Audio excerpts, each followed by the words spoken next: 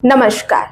आज हम बात करेंगे उस शख्सियत की जिन्हें आदिवासी समाज महानायक के नाम से जानता है, जिनका नाम है जयपाल सिंह मुंडा। वो सिर्फ एक नेता नहीं थे, वो आवाज थे उन लाखों आदिवासियों की जिनकी पहचान, अधिकार और सम्मान लंबे समय तक दबा दिया गया। 1900 ईस्वी में बिरसा के अवसान के तुरंत बाद इस धरती में एक असाधारण बालक ने जन्म लिया। इस बालक का नाम जयपाल सिंह मुंडा था। इसने कम उम्र में ही बिरसा मुंडा की तरह ख्याति अर्जित की और विश्व भर में अपनी प्रतिभा का लोहा मनवाया। बिरसा के कार्य को आगे बढ़ाते हुए जयपाल सिंह मुंडा ने अंग्रेजों के भारत छोड़ने के बाद स्वतंत्र भारत की आधारशिला रखते हुए भारत के संविधान की रचना की। समूचे भारत में आदिवासी इलाके के शासन प्रशासन के लिए 5वीं और 6ठी अनुसूची के प्रावधान किए गए। इस असाधारण बालक ने अमरूपाहन और राधामणि मुंडा के घर में जन्म लिया था। इस अद्भुत बालक का नाम प्रारंभ में प्रमोद पाहन था। उनका जन्म 3 जनवरी 1903 को रांची के निकट टकरा नामक गांव में हुआ था। यह गांव टकरा अब नया जिला खूंटी में आता है। जयपाल सिंह मुंडा होरो टोटेम के थे। जयपाल सिंह मुंडा बचपन से ही बड़े मेधावी थे। वे अपने माता पिता से बहुत ही तर्क वितर्क किया करते थे। अपने पिता अमरूपाहन के साथ प्रमोद पाहन उर्फ जयपाल सिंह मुंडा खेतों में उनका हाथ बटाया करते थे। अपनी माता राधामणि मुंडा से उसे खास प्यार था। वे अपनी माँ के घर के काम में भी उनकी मदद किया करते थे। इससे उनकी माँ बहुत ही प्रसन्न रहती थी। वह कहती थी कि मेरा बेटा जीवन के हर क्षेत्र में सफल होगा, और ऐसा हुआ भी। उन्होंने न केवल तत्कालीन बिहार प्रदेश में ही नहीं बल्कि भारत देश में और विदेशों में भी अपनी प्रतिभा के बलबूते हर क्षेत्र में कामयाबी हासिल की, चाहे वह क्षेत्र खेल का हो या फिर प्रशासन का या फिर राजनीति का या फिर लेखन का। जयपाल सिंह मुंडा उर्फ प्रमोद पाहन अपनी माँ से लगातार कहता था कि माँ, मैं बड़ा होकर अपने देश की सेवा करूंगा, अपने आदिवासी समाज के दुखों को दूर करने के लिए काम करूंगा। उनकी प्रतिभा क्षमता को देखकर और अधिक जानने की इच्छा को देखते हुए उनकी माता अमरूपाहन 1911 ईस्वी सन में अपने बेटे जयपाल सिंह मुंडा को रांची लेकर चले गए। उनके पिता की योजना बेटे को अच्छे स्कूल में दाखिला दिलाने की थी। वे रांची स्थित सन पॉल स्कूल में जयपाल सिंह मुंडा को दाखिला कराने ले गए। वहां उन्होंने अपने बेटे को दाखिला दिलाया। तब वहां के प्राचार्य कैनन कॉसग्रोव थे। बच्चे की प्रतिभा और योग्यता को परखने में कैनन कॉसग्रोव को देर न लगी। कहा जाता है जोहरी को ही हीरे की पहचान होती है। कैनन कॉसग्रोव ने इस आदिवासी बच्चे की चंचलता और चपलता के साथ साथ पढ़ने और उसके शौक को देखते हुए जयपाल सिंह मुंडा को ब्रिटेन ले जाने की योजना बनाई गई। जयपाल सिंह मुंडा पढ़ने में जितने तेज थे, हॉकी खेलने में उतने ही कुशल थे। कैनन कॉसग्रोव को जयपाल के व्यक्तित्व के इस पूरे पहलू ने आकर्षित किया। बताया जाता है कि प्रमोद पाहन का नामकरण विद्यालय में दाखिला देने के बाद उनके एक प्रिय शिक्षक जयपाल ने अपने नाम पर उसका नामकरण कर दिया। वे जयपाल सिंह मुंडा के नाम से जाने जाने लगे। वहीं प्रमोद पाहन आगे चलकर जयपाल सिंह मुंडा के नाम से ख्याति प्राप्त किया। उनका व्यक्तित्व चमत्कारी था। जयपाल सिंह मुंडा एक साथ अनेक काम किया करते थे। वे लिखते थे और भाषण भी किया करते थे। वे एक अच्छे लेखक भी थे जिन्होंने देश के अनेक राष्ट्रीय अखबारों में अपने लेख लिखे। इसके साथ साथ वे संपूर्ण भारत का भ्रमण भी करते हैं। लिखना, पढ़ना और बोलना उनके व्यक्तित्व का अद्वितीय पहलू रहा था। जयपाल सिंह मुंडा अनेक भाषाएं जानते थे। ये एक साथ अनेक भाषाओं में भाषण किया करते थे। वे अंग्रेजी के जानकार थे और धारा प्रवाह अंग्रेजी बोलते थे। वे नागपुरी में, हिंदी में, मुंडारी में और अंग्रेजी में एक साथ भाषण किया करते थे। जयपाल सिंह मुंडा विशाल व्यक्तित्व के थे।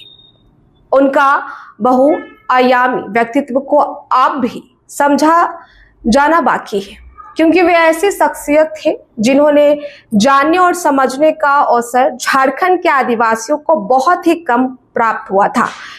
ऐसा इसलिए क्योंकि भारतीय राजनीति में उनकी बहुत ही अनदेखी की गई। उनकी प्रारंभिक शिक्षा दीक्षा संतपोल में हुई और इसके बाद 1918 ईस्वी में लगभग 15 साल की उम्र में वे उच्च शिक्षा प्राप्त करने को इंग्लैंड चले गए। इंग्लैंड के ऑक्सफोर्ड यूनिवर्सिटी में उनकी शिक्षा दीक्षा हुई। कैनन कॉसग्रोव के सानिध्य से रहकर उन्होंने वहां उच्च शिक्षा प्राप्त की और अपनी विशिष्ट पहचान बनाई। 1925 में जयपाल सिंह मुंडा ने Indian student hockey federation England की स्थापना की। 1927 में उनका चयन भारतीय सिविल सर्विस ICS के लिए हुआ। वे ICS की तैयारी कर रहे थे। उसी समय भारत सरकार ने ओलंपिक में हॉकी खेलने का निर्णय लिया। एक हॉकी टीम का गठन भारतीयों और एगो इंडियन को लेकर किया गया, लेकिन कप्तानी की समस्या आई। इंग्लैंड के अधिकारियों के बीच जयपाल सिंह मुंडा अत्यंत लोकप्रिय थे। इंग्लैंड के अधिकारियों ने जयपाल सिंह मुंडा को 1928 के ओलंपिक खेल में उन्हें हॉकी खेल के लिए कप्तानी करने का ऑफर दिया, जिसे उन्होंने सहर्ष स्वीकार किया। वे इंग्लैंड में रहकर हॉकी खेल खेला करते थे। कहा जाता है कि उन्होंने एक भी गोल दागने नहीं दिया और विजेता टीम बनकर अपनी कप्तानी में ओलंपिक में प्रथम स्वर्ण पदक जीता और उस युग में संपूर्ण विश्व भारत का मान बढ़ाया। 1928 के ओलंपिक खेल में भारतीय हॉकी टीम का शानदार प्रदर्शन रखा और भारत 3-0 से जीतकर ओलंपिक हॉकी का विश्व चैंपियन बना।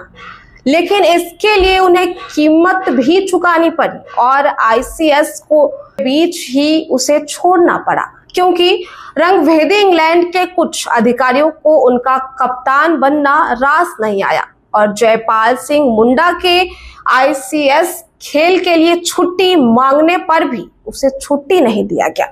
उन्हें हॉकी और ICS में से किसी एक को चुनना था, तो एक झटके में उन्होंने अपने देश के लिए खेलने का फैसला किया। जयपाल सिंह मुंडा पढ़ने में श्रेष्ठ थे। वे ICS की परीक्षा में उत्तीर्ण हुए। इंटरव्यू में उन्हें सर्वाधिक अंक मिले थे। इस लिहाज से वे टॉपर थे। इंग्लैंड के ऑक्सफोर्ड विश्वविद्यालय में ही उन्होंने ICS का प्रशिक्षण प्राप्त किया। वे बीकानेर रियासत के बीकानेर राजा के विदेश मंत्री थे। बाद में उन्हें रायपुर के राजकुमार कॉलेज के प्रभारी प्राचार्य और फिर प्राचार्य बनाने का सुअवसर प्राप्त हुआ, जहां केवल राजाओं के बेटे राजकुमार और अंग्रेज अधिकारियों के बच्चे पढ़ा करते थे। 1939 में जब झारखंड में आदिवासी आंदोलन तेज पकड़ने लगा था, यह आंदोलन झारखंड अलग राज्य के आंदोलन के रूप में तब्दील होता जा रहा था। आदिवासी औपनिवेशिक शोषण के खिलाफ बिगुल फूंक चुके थे। विदेश से लगभग 20 सालों बाद दिसंबर 1938 में जयपाल सिंह मुंडा पटना पहुंचे और फिर रांची अपने गांव टकरा पहंटोली गए। ऐसे में जयपाल सिंह मुंडा को राय साहब, बंदीराम उराव, जुएल लकड़ा, थियोडोर, सुनील और ठेवल उराव, पाल, दयाल, इग्नेस वेक, जूलिया तिग्गा आदि ने आंदोलन का नेतृत्व करने का प्रस्ताव दिया। इससे जयपाल सिंह मुंडा ने सहर्ष स्वीकार किया और उनके नेतृत्व में छोटा नागपुर उन्नति समाज का नामकरण कर उसे आदिवासी महासभा कर दिया गया। आदिवासी महासभा के गर्भ से 5 मार्च 1949 ईस्वी को झारखंड पार्टी का जन्म हुआ था।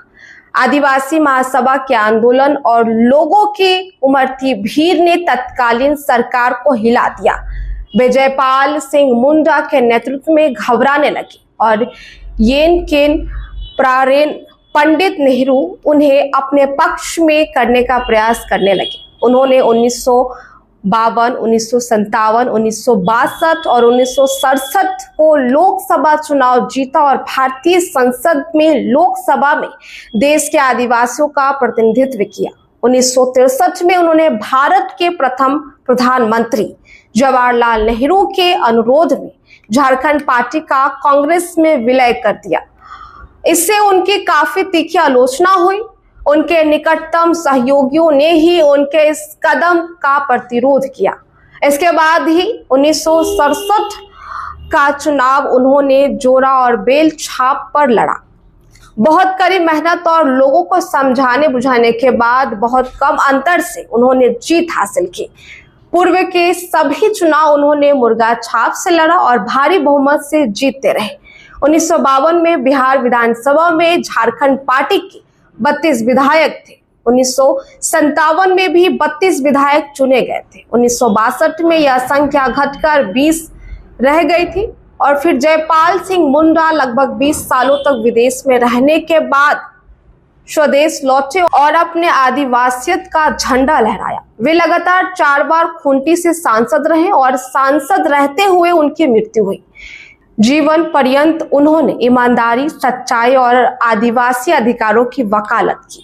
अपने देहावसान तक वे आदिवासी महासभा प्रमुख बने और वे अपनी आजीविका के लिए बेहद परेशान थे। कलकत्ता में बर्मा ऑयल कंपनी में नौकरी करते हुए उनकी पहचान कलकत्ता के रसूख वाले समाज के लोगों से बढ़ती गई और इससे प्रशासनिक अधिकारियों से लेकर धार्मिक और व्यापारिक लोग मिलते रहे। 1929 में ही जयपाल ने मोहन बागान कोलकाता की हॉकी टीम की स्थापना की थी और जयपाल सिंह मुंडा बंगाल हॉकी एसोसिएशन के सचिव और इंडियन स्पोर्ट्स काउंसिल के सदस्य भी बनाए गए। वे भारतीय अखबारों के लिए खेल रिपोर्ट नुमा समीक्षा लिखा करते थे। 4 नवंबर 1929 को एशियाटिक सोसाइटी ऑफ बंगाल ने उन्हें अपना सदस्य भी बनाया। अब समय आया जयपाल सिंह मुंडा के विवाह का। जब वे कलकत्ता के बर्मा सेल ऑयल कंपनी में कार्यरत थे तब उनकी मित्रता एग्लो इंडियन के अलावा कुछ भारतीय लोगों से भी हुई। उनके एक भारतीय दोस्त दिलीप चौधरी से दोस्ती ने उनके जीवन में एक नया मोड़ लाया। एक बार छुट्टी में जयपाल अपने दोस्त दिलीप चौधरी के साथ दार्जिलिंग गए। वहां उनकी मुलाकात तारा मजूमदार से हुई। तारा दिलीप चौधरी की चचेरी थी। तारा मजूमदार देखने में खूबसूरत थी। पहली मुलाकात में तारा जयपाल सिंह मुंडा को व्यक्तित्व पर आकर्षित हो गई। तारा ने उन्हें विवाह का प्रस्ताव किया, जिसे सोच विचार कर जयपाल सिंह मुंडा ने स्वीकार भी किया। तारा बड़े प्रतिष्ठित राजनीतिक घराने से ताल्लुक रखती थी।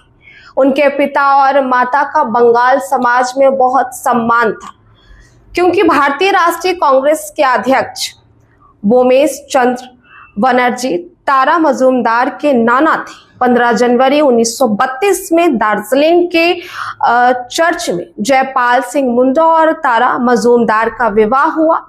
तारा मजूमदार जयपाल सिंह मुंडा के साथ तत्कालीन छोटा नागपुर में आने को तैयार थी, लेकिन दुर्भाग्य से रांची में जयपाल सिंह मुंडा का अपना कोई घर नहीं होने की बड़ी ही विकट समस्या आई। इस वजह से तारा को अपने साथ लेकर रांची नहीं रह सकी और पारिवारिक जीवन नहीं बिता सकी। बच्चे की जरूरत को भी पूरा करने में वे असमर्थ थे और ऐसे में तारा ने उनसे किनारा कर लिया और अलग हो गई। तारा मजूमदार के साथ उनका वैवाहिक जीवन लंबे समय तक नहीं चल पाया। तारा मजूमदार से उनको एक बेटा हुआ, उसका नाम अमर है। जयपाल सिंह मुंडा की फिर दूसरी शादी तारा से अलग होने के बाद 14 सालों में हुई, लेकिन दूसरी पत्नी जहां आरा के साथ अब कहां है और कैसे विवाह हुआ ये उपलब्ध नहीं है। उससे उनको 2 बेटे हैं, एक बेटी है। बड़े बेटे का नाम विरसा वीरेंद्र सिंह मुंडा है और दूसरे बेटे का नाम जयंत जयपाल सिंह मुंडा है। और अब बात कर लेते हैं संविधान सभा में जयपाल सिंह की भूमिका और भाषण की। उनका राजनीतिक जीवन भारी उथल पुथल और विषमताओं से परिपूर्ण रहा। अकेला राजनेता पूरे भारत के आदिवासियों के लिए संविधान सभा में गुहार लगाता रहा। इतिहास के पन्नों में गुम महानायक, 1928 के ओलंपिक ICS में उत्तीर्ण आदिवासी महासभा के अध्यक्ष मरान गोमके जयपाल सिंह मुंडा और संविधान निर्माता, ऐतिहासिक महापुरुष के रूप में ख्याति प्राप्त किया। और अब बात कर लेते हैं जयपाल सिंह मुंडा के प्रमुख भाषण की। उनमें गजब की प्रवचन क्षमता थी। वो सभी पूर्ण भाषण करने में माहिर थे। उनका महत्वपूर्ण भाषण 1939 में 20 और 21 जनवरी को रांची के हरमू नदी के निकट स्थित आदिवासी स्वर्ण भवन के सामने आयोजित आदिवासी महासभा की रैली और आम सभा में हुआ था। इसमें भाग लेने के लिए वे 19 जनवरी 1939 को रांची स्टेशन पहुंचे। रांची स्टेशन में 10,000 से अधिक की भीड़ उनके स्वागत में खड़ी थी। उनके आगमन के साथ जयपाल सिंह मुंडा की जय, छोटा नागपुर की जय और आदिवासी महानायक की जय के गगनवेदी नारे लगने लगे। मादर और नागरों की आवाज से पूरा स्टेशन गूंजमान हो उठा। लोटा में पानी लिए महिलाएं पारंपरिक रीति से उनके हाथ पांव पखार कर उन्हें आदिवासी रीति से महिलाओं ने परछा। रास्ते में भारी भीड़ उनके आगे और भीड़ उनके पीछे चलती गई। नर नारियों के द्वारा जोशीले नारे देते हुए भीड़ ने उन्हें मोराबादी स्थित उनके बंगले में उन्हें पहुंचाया। 20 जनवरी को जब वे सभा स्थल पहुंचे तो सुबह 11 बजे से ही हजारों की भीड़ उमड़ पड़ी। आदिवासी महासभा के द्वारा प्रकाशित आदिवासी महासभा विशेषांक में 65,000 की भीड़ होने की बात कही गई है। लोग काठ का घोड़ा, काठ की हाथी, मयूर के सुंदर पंख और भक्तों का चादर के साथ अपार जनसमूह से उभरने और जयपाल सिंह का जयकार होने के साथ मादर नगार का शोर भरे गाना, गोला, गिदकन, हदकन और पुकार और हुकार से भरा सभा स्थल गूंज उठा। भीड़ और वॉलंटियर ने गाते ललकारते हुए जयपाल सिंह मुंडा का भाव विभोर स्वागत किया गया। उस दिन जयपाल सिंह मुंडा को इतनी माला पहनाई गई कि वो मालाओं से ढक दिए गए। 20 जनवरी को उन्होंने भाषण में कहा कि आदिवासी क्षेत्रों को आर्थिक और राजनीतिक स्वाधीनता मिले, इसे बंगाल के साथ रखने और फिर बिहार में मिला देने से आदिवासी क्षेत्र की दुर्दशा हो गई है। हम तब तक संतुष्ट नहीं हो सकते हैं जब तक हमें पूर्ण रूप से अपना अस्तित्व, अपना प्रांत, अपना सरकार, अपनी शासन पद्धति नहीं मिल जाती। हमें उन्नति और प्रगति के मार्ग में ले जाने वाला कोई नहीं है। 21 जनवरी को उन्होंने हिंदी, अंग्रेजी, मुंडानी और नागपुरिया में भाषण दिया था। इस दिन उन्होंने संपूर्ण भारत के भिन्न भिन्न प्रांतों में रहने वाले आदिवासियों की आबादी का हवाला देते हुए उनके लिए शासन पद्धति की वकालत की थी। उनके लिए पूर्ण सुरक्षित क्षेत्र और अर्ध सुरक्षित क्षेत्र की व्यवस्था करने की मांग की थी।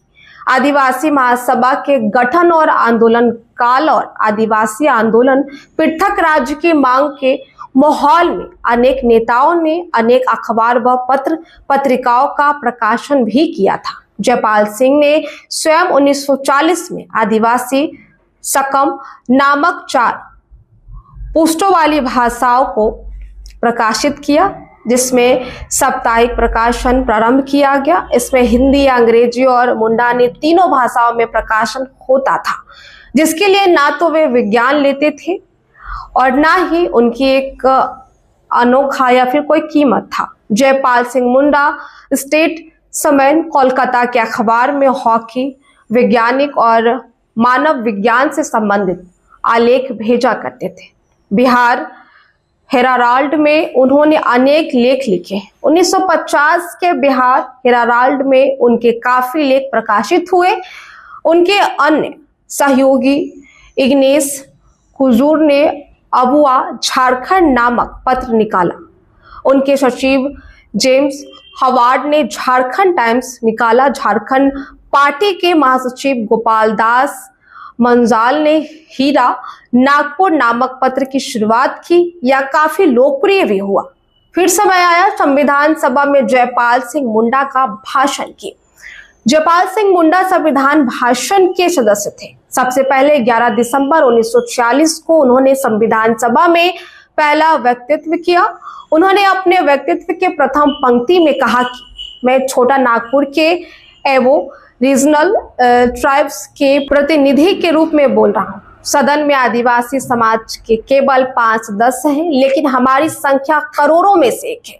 हम भारत के असली मालिक हैं। भारत छोड़ो का नारा अभी फैशन है और अंग्रेज पहले भारत छोड़ेंगे, फिर उन्हें भी यह भूमि छोड़नी पड़ेगी जो बाद में यहाँ आए। उन्होंने 19 दिसंबर 1946 को भारत की संविधान सभा में अत्यंत ही प्रभावकारी भाषण दिया। उन्होंने कहा कि जो भारत के मूल निवासी हैं उनको बैकवर्ड ट्राइब्स और प्रिमिटिव ट्राइब्स और क्रिमिनल ट्राइब्स और ना जाने क्या क्या कहा जाता है, पर मुझे अपने जंगली और आदिवासी होने का गर्व है।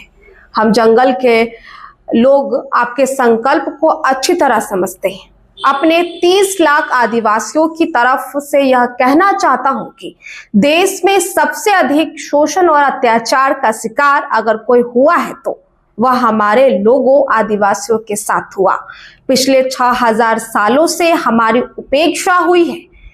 मैं सिंधु घाटी सभ्यता का वंशज हूँ।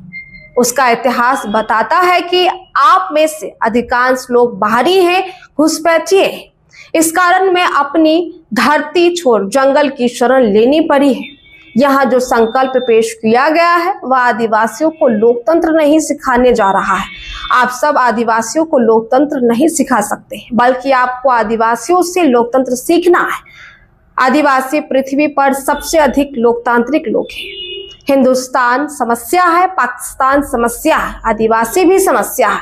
हमारे लोगों का पूरा इतिहास गैर आदिवासियों के अंतहीन उत्पीड़न और वे दखल को रोकने के लिए किए गए विद्रोह का इतिहास है। संविधान सभा में भी आदिवासियों की बराबरी हो, इसके लिए राष्ट्रीय कांग्रेस ने क्या किया? स्वतंत्र भारत में सभी सम्मान होंगे। श्रीमती विजयलक्ष्मी पंडित की तरह हमें इस सभा में और महिलाएं चाहिए जिन्होंने अमेरिका में नक्सलवाद को पहाड़ कर जीत हासिल की। उन्होंने कमांड पेपर 6821 की बदली हुई भाषा पर भी सवाल खड़े किए, जिसमें फुल रिप्रेजेंटेशन की जंगल W रिप्रेजेंटेशन लिखा गया था। इन्हें उन्होंने शब्दों की बाजीगिरी को धोखा बताया। 21 दिसंबर 1946 को संविधान सभा में उन्होंने कहा था कि पिछले 9 सालों में मैं भारत के प्राय सभी आदिवासी क्षेत्रों में घूमा। इस दौरान 1,14,000 मील की यात्रा की है। भारत के देशी रियासतों में करोड़ों की जो आबादी है उनमें आदिवासियों की जनसंख्या 1.7 करोड़ है। संविधान सभा की वार्ता समिति में एक आदिवासी को अवश्य शामिल किया जाए। आदिवासियों के मुद्दों के लिए आदिवासी होना ही चाहिए। KM मुंशी ने वार्ता समिति में मौलाना अब्दुल कलाम आजाद, जवाहरलाल नेहरू, सरदार पटेल, पचामी सीतारमैया, शंकर राव देव और गोपाल स्वामी अयंगार का नाम प्रभावित किया गया है और अन्य सदस्यों को नियुक्त करने की बात कही गई है। बंगाल के KPR ठाकुर और मद्रास के VI मुनिस्वामी पिल्लई और जयपाल सिंह मुंडा ने आदिवासी व पिछड़े जातियों के प्रतिनिधियों को रखने का प्रस्ताव किया। इनका कहना था कि ब्रिटिश शासित भारत की तुलना में देशी रियासतों में पिछड़ों और आदिवासियों की हालत बहुत ही खराब है, लेकिन जवाहरलाल नेहरू, KM मुंशी और BG खेर ने उनके प्रस्तावों का विरोध किया।